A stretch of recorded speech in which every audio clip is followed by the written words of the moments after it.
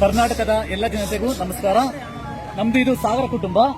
ನಾವು ಒಟ್ಟು ಸುಮಾರು 50 ಜನ ಇಲ್ಲಿ ಗಂಧದ ಗುಡಿ ಚಿತ್ರವನ್ನ ನೋಡ್ಲಿಕ್ಕಂತ ಬಂದಿದ್ದೇವೆ. ನೋಡಿ, ನಮ್ಮ ಈ ಕುಟುಂಬದಲ್ಲಿ ದೊಡ್ಡ ಮಕ್ಕಳವರೆಗೂ ಅಪ್ಪು ಅಭಿಮಾನಿಗಳು, ಅಂದ್ರೆ 4 ತಲೆಮಾರು ಅಪ್ಪು ಅಭಿಮಾನಿಗಳು ಇಲ್ಲಿ ಆಗಮಿಸ್ತಾ ಇದ್ದೇವೆ. ಇಲ್ಲಿ ನೋಡಿ, ಸುಮಾರು 50 ಜನಕ್ಕೆ ನಾವು ಟಿಕೆಟ್ಗಳನ್ನ ಖರೀದಿಸಿದ್ದೀವಿ. ನಾವು ಡಾಕ್ಟರ್ ರಾಜ್ಕುಮಾರ್ ಹಾಗೂ ಪುನೀತ್ ರಾಜ್ಕುಮಾರ್ ಭಕ್ತರು, ನಿವಾಸ, ರಾಜ್ಕುಮಾರ, ಹೀಗೆ ಅನೇಕ ಚಿತ್ರಗಳನ್ನ ಇಡೀ ಕುಟುಂಬ 50 ರಿಂದ 60 ಜನ ಸೇರಿ ನಾವು ನೋಡ್ತಾ ಬಂದಿದ್ದೀವಿ. ಬಹುಶಃ ಇದು ನಮ್ಮ ಕೊನೆಯ ಚಿತ್ರ ಆಗ್ಬೋದು, ಯಾಕಂದ್ರೆ ನಾವು ಪುನೀತ್ ರವರ ದೊಡ್ಡ ಅಭಿಮಾನಿಗಳಾಗಿದ್ದರಿಂದ ಇದು ನಮ್ಮ ಕೊನೆಯ ಚಿತ್ರ. ಅದಕ್ಕೋಸ್ಕರ ಗಂಧದ ಗುಡಿ ನಮಗೆ ಮನಸ್ಸಿಗೆ ಭಾರ ಆಗುತ್ತೆ ಈ ಚಿತ್ರವನ್ನು ನೋಡ್ಲಿಕ್ಕೆ.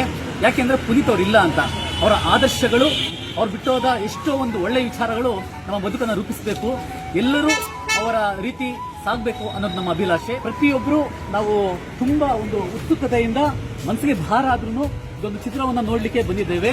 ನಾವು ಮರಿಯಾಪುರ ಕಟುಗುಪ್ಪೆ ಅಂತ. ಪುನೀತ್ ರಾಜ್ಕುಮಾರ್ ಬಗ್ಗೆ ನಾವೇನು ಹೇಳೋದೇನಿಲ್ಲ, ಯಾಕಂದ್ರೆ 1 ವರ್ಷದಿಂದ ಎಲ್ಲ ಜನಗಳು, ಸಾವಿರಾರು ಜನಗಳು ಅವರ ಬದುಕನ್ನ ಅನಾವರಣ ಮಾಡ್ತಿದ್ದಾರೆ.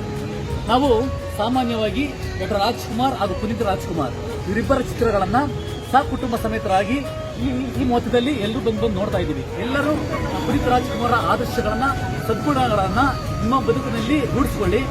ಪುನೀತ್ ರಾಜ್ಕುಮಾರ್ ಜಯವಾಗಲಿ, ಕರ್ನಾಟಕ ರತ್ನ ಪುನೀತ್ ರಾಜ್ಕುಮಾರ್ಗೆ ಜಯವಾಗಲಿ.